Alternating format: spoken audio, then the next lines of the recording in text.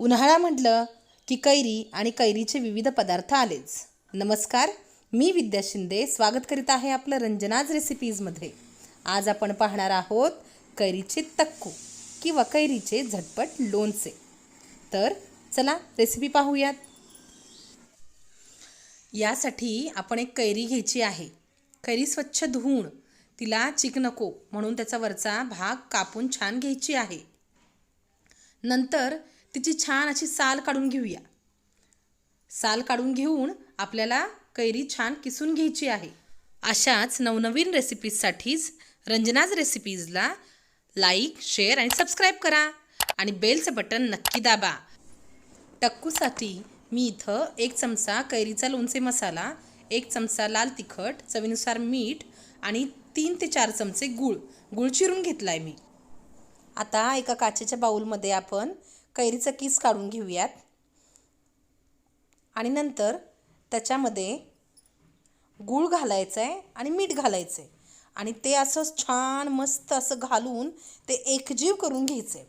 ते इतकं छान मिसळायचं की ते पूर्ण गूळ त्यातला विरघळला गेला पाहिजे. हे तक्कू 5-6 दिवस बाहेर छान राहते. फोडणीसाठी तेल ठेवायचं आहे आणि त्याच्यामध्ये मोहरी घालायची फक्त. ही छान तडतडली की गॅस बंद करायचा. आता हे तेल थोडं थंड होऊ द्यायचंय आणि त्याच्यामध्ये आपल्याला लाल तिखट आणि कैरीच्या लोणच्याचा मसाला घालायचा आहे. आता हे तेल थोडं थंड झालंय, याच्यामध्ये घालूया मसाला आणि लाल तिखट. हे गॅसवरती ठेवलं नाही मी, खालीच आहे. आणि हे पूर्ण थंड झाल्यानंतर आपण हे कैरीमध्ये ओतणार आहोत.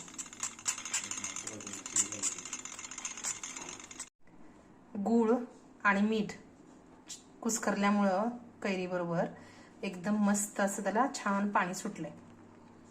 वाटतंय की नाही पटकन खावंसं. चला आता फोडणी ओतून घेऊया आणि मिक्स करून घेऊया. आहा,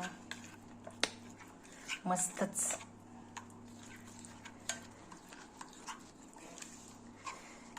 कसलं भन्नाट दिसतंय की नाही. याच्याबरोबर जर का तिखट पुऱ्या असतील ना तर मस्तच. खाण्यासाठी तयार आहे कैरीचं टक्कू किंवा कैरीचं झटपट लोणचं. चला तर मग पटापट लाईक, शेअर आणि सबस्क्राईब करा आणि कमेंटमध्ये मला नक्की कळवा की तुम्हाला रेसिपी कशी वाटली.